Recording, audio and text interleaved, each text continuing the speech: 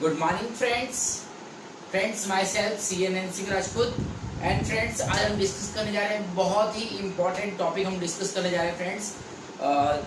जैसा कि मैं आपको बताना चाहूँगा फ्रेंड्स, हम जैसे कि आपको पता है कि सीए फाउंडेशन के अंदर सीए फाउंडेशन जो सीए का जो फर्स्ट लेवल सीए फाउंडेशन के अंदर उसमें 4 सब्जेक्ट होते हैं। उसमें से हमारा जो एक सब्जेक्ट है QA क्वांटिटेटिव एप्टीट्यूड, बहुत सारे स्टूडेंट्स को ये सब्जेक्ट में दिक्कत होती है फ्रेंड्स, सब्जेक्ट में प्रॉब्लम होती है। उन लोग का कहना होता है कि सर QA बहुत डिफिकल्ट लगता है।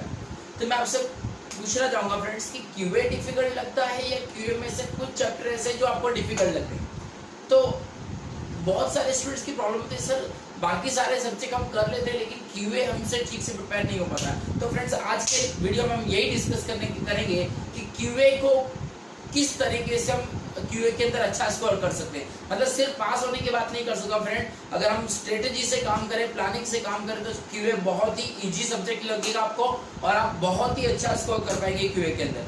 तो खाली जस्ट आपको ध्यान इतना रखना है कि आपको प्लानिंग से काम करना है, आपको स्मार्ट वर्क करना है, आपको हार्ड वर्क नहीं करना फ्रेंड्स। तो देखो फ्रेंड्स, स्मार्ट वर्क क्या है कि QA को कैसे क्रैक करें, कम एनर्जी में कम टाइम के अंदर हम अच्छे से QA के अंदर स्कोर करना हो तो क्या स्ट्रेटेजी हमको फॉलो करनी चाहिए फ्रेंड्स। ठीक है, तो as per my opinion friends, myself CNN Singh Rajput, आज हम डिस्कस कर रहे हैं QA कैसे क्रैक करें। ठीक है फ्रेंड्स, तो डिस्कस करने जा रहे हैं फ्रेंड्स वीडियो के अंदर, खास ध्यान सुनेंगे।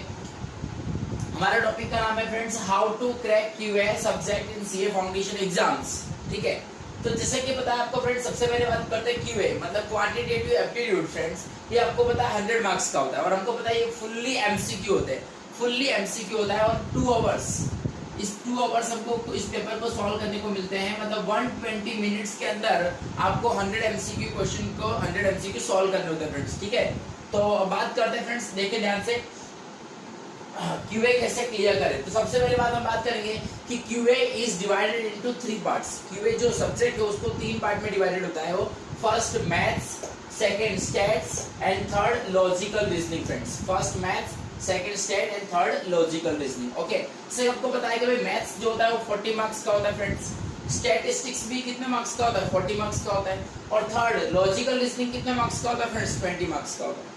अब मैं आपको पूछूं कि भाई ज्यादातर बच्चों को मैं जब पूछता हूं कि भाई को प्रॉब्लम कहाँ होती है, तो एक बात तो क्लियर है कि ज्यादातर स्टूडेंट्स को LR में कोई प्रॉब्लम नहीं होती, लॉजिकल रीजनिंग में कोई प्रॉब्लम नहीं होती, ये इजी रहता है कम। तो मेरे एज पर माय ओपिनियन सबसे पहले आपको फर्स्ट प्रायोरिटी किसको देनी चाहिए, मेरे हिसाब से फर्स्ट प्रायोरिटी आपको प्रिपेयर करना चाहिए। सबसे पहले फर्स्ट प्रायोरिटी LR। आप LR को रोकड़े मार्क्स कर लो। क्यों? LR के अंदर कोई थियरी नहीं होती फ्रेंड्स, खाली आपको दिमाग लगाना है और क्वेश्चन सॉल्व करने। ठीक है फ्रेंड्स, कोई फॉर्मूला नहीं होता, खाली माइंड यूज करना, लॉजिकल रीजनिंग और दिमाग अप्लाई करना और क्वेश्चन सॉल्व करने। तो फर्स्ट प्रायोरिटी आप LR एकदम अच्छे से कर डालो।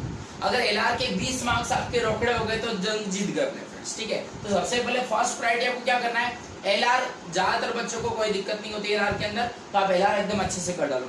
LR आपका अच्छे से प्रिपेयर हो जाए फ्रेंड्स, उसके बाद आप सेकंड नंबर पे क्या करोगे, तो दो मैंने आपको बताया फ्रेंड्स, ये दो LR कंप्लीट होने के बाद आपके पास 2 ऑप्शन बचे, एक मैथ्स और दूसरा स्टैटिस्टिक्स। एक बात ध्यान रखिए फ्रेंड्स, मैथ्स के अंदर 12 चैप्टर्स होते हैं और स्टैट्स के अंदर 7 चैप्टर होते हैं। यहाँ पे 12 चैप्टर प्रिपेयर करेंगे तो 40 मार्क्स मिलेंगे, यहाँ पे आप 7 चैप्टर प्रिपेयर करोगे तो आपको 40 मार्क्स मिलेंगे। ठीक है फ्रेंड्स, तो मैं आपको वो जो चैप्टर वाइज अगर वेटेज की बात करें तो वेटेज किसका ज्यादा हुआ, तो आप बोलोगे स्टैटिस्टिक्स का वेटेज ज्यादा हुआ, यस और नो? यस।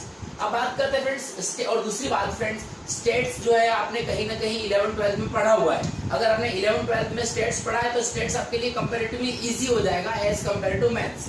तो आपको क्या करना है, फर्स्ट प्रायोरिटी पे LR कंप्लीट करना है।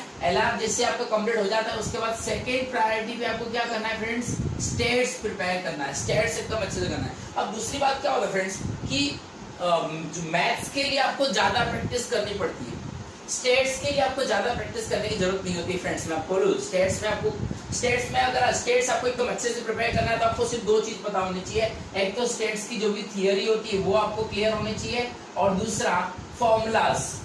अगर आपको थियरी एंड फॉर्मूलाज आपने एकदम परफेक्ट तरीके से कर लिए हैं, अगर आपने थियरी और फॉर्मूला स्टेट्स के एकदम अच्छे से कर लिए हैं तो फ्रेंड्स इस पूरा स्टेट आपके लिए एकदम इजी होगा। स्टेट्स में करना क्या होता है फ्रेंड्स, सब कुछ एकदम सिंपल है, खाली आपको फॉर्मूलाज पता होने चाहिए। आपको क्वेश्चन कैसे पूछेंगे, क्वेश्चन ऐसे पूछेंगे भाई Q1 is 20, Q3 is 50, final coefficient of quartile deviation, मतलब सब कुछ वैल्यू दी होती है, आपको खाली फॉर्मूला पता होना चाहिए। अगर आपको फॉर्मूला पता है कि भाई कोएफिशिएंट ऑफ क्वार्टर एलिवेशन का फॉर्मूला क्या है, तो Q3 minus Q1 upon Q3 plus Q1 into 100, ये कर दिया तो क्या मिल गया आपको, कोएफिशिएंट ऑफ क्वार्टर एलिवेशन मिल गया। तो अगर आपको खाली फॉर्मूला पता होना चाहिए, बाद में प्लस माइनस करना, वैल्यू रखना, वो तो हमको आता है, ठीक है फ्रेंड्स। तो सबसे पहले स्टेट्स के अंदर आपको ज्यादा प्रैक्टिस नहीं करनी है, बट आपको सारी स्टेट्स की थियरी और फॉर्मूला से एकदम अच्छे से प्रिपेयर करने हैं फ्रेंड्स, ठीक है ना।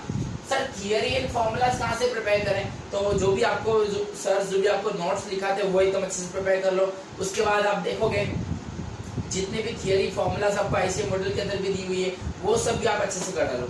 थियरी फॉर्मूला एकदम अच्छे से कर लो, उसके बाद चैप्टर आपके लिए बहुत ही इजी हो जाएगा। और उसके अंदर मैं बात करूं फ्रेंड्स, जो सेट 40 मार्क्स का है उसमें 7 चैप्टर है, उसमें से पहले 2 चैप्टर है ना friends, chapter 1 and chapter 2। Chapter 1 क्या है फ्रेंड्स, स्टेट की जो डेटा के रिगार्डिंग जो थियरी है, स्टेट की जो थियरी होती है वो चैप्टर 1, और चैप्टर 2 जो होता है measures of central tendency friends. ये 2 चैप्टर का वेटेज फ्रेंड्स, चैप्टर 1 और 2 और 2 चैप्टर का वेटेज की बात करें तो आईसीआई मॉड्यूल के अंदर हमको बताया हुआ है कि 2 चैप्टर का वेटेज जो होता है वो 40% टू 50% होता है। क्या फ्रेंड, 2 चैप्टर का वेटेज होता है 40 टू 50%। इसका मतलब ये 40% टोटल स्टेट कितने 40 मार्क्स का अंदर 40 का 40% कितना हुआ 16 एंड 40 का 50% कितना हुआ 20, मतलब मिनिमम 16 टू 20 मार्क्स। मतलब ये 2 चैप्टर का वेटेज मिला के ही 16 से 20 मार्क हो गया। मतलब बाकी के चैप्टर जो बचे वो बाकी के 50% के अंदर बाकी के 5 चैप्टर बचे, ये पहले 2 चैप्टर का वेटेज बहुत इंपॉर्टेंट है। तो आपको क्या करना चाहिए, सबसे पहले आपको एलआर एकदम अच्छे से कर डालो, उसके बाद आपको स्टेट के अंदर चैप्टर 1 और चैप्टर 2 एकदम पक्का कर डालो।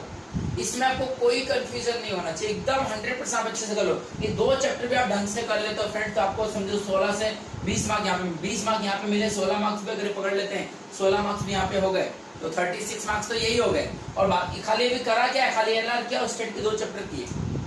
अब बाकी के जो चैप्टर हैं 5 चैप्टर हैं वो भी एकदम अच्छे से कर डालो, लेकिन ये 2 चैप्टर एकदम परफेक्ट कर डालो, इसमें कहीं कंफ्यूजन नहीं रहना चाहिए। उसके बाद ये कंप्लीट हो जाए, बाद में रिमेनिंग चैप्टर आप देख लो। उसके बाद अगर जब मैथ्स पे आओ तो मैथ्स की बात करो तो फ्रेंड्स मैथ्स के जितने भी चैप्टर, मैथ्स के अंदर 12 चैप्टर है फ्रेंड्स। तो सबसे पहले क्या करना पड़ेगा फ्रेंड्स, जो मैथ्स के जितने भी चैप्टर है उसको 3 कैटेगरी में डिवाइड कर दो। मैथ्स के जितने भी चैप्टर उसको फ्रेंड्स क्या करना है 3 ग्रेडिंग, मैथ्स के चैप्टर का आप एबीसी ग्रेडिंग कर दो। तो मैं आपको बोलूंगा सबसे पहले जो फर्स्ट ए ग्रेड की जो चैप्टर है, ए ग्रेड के अंदर एक ही चैप्टर है फ्रेंड्स, कौन सा, टाइम वैल्यू ऑफ मनी। क्या friends, time value of money. तो मैथ्स के जब भी आपको प्रिपेयर करना स्टार्ट करो तो सबसे पहले आपको क्या एक ही चैप्टर प्रिपेयर करना है, टाइम वैल्यू ऑफ मनी। आपको पता होना चाहिए friends time value of money जो चैप्टर है उसका वेटेज कितना है। तो आईसीआई के अंदर बताया हुआ है कि इस चैप्टर का वेटेज है 30 टू 40%। ये टाइम वैल्यू मनी चैप्टर का वेटेज कितना है फ्रेंड्स, 30% टू 40%। तो 30% टू 40% का मतलब मैथ्स के टोटल मार्क्स कितने फ्रेंड्स 40, तो 40 का 30% कितना हुआ 12 एंड 40 का 40% कितना फ्रेंड्स 16। तो 12 टू 16 मार्क्स के एमसीक्यू सिर्फ एक चैप्टर में से आते हैं टाइम वैल्यू ऑफ मनी, ठीक है फ्रेंड्स। तो सबसे पहले मेरे पास मैथ्स की जितने भी चैप्टर उसको 3 कैटेगरी में डिवाइड कर दो।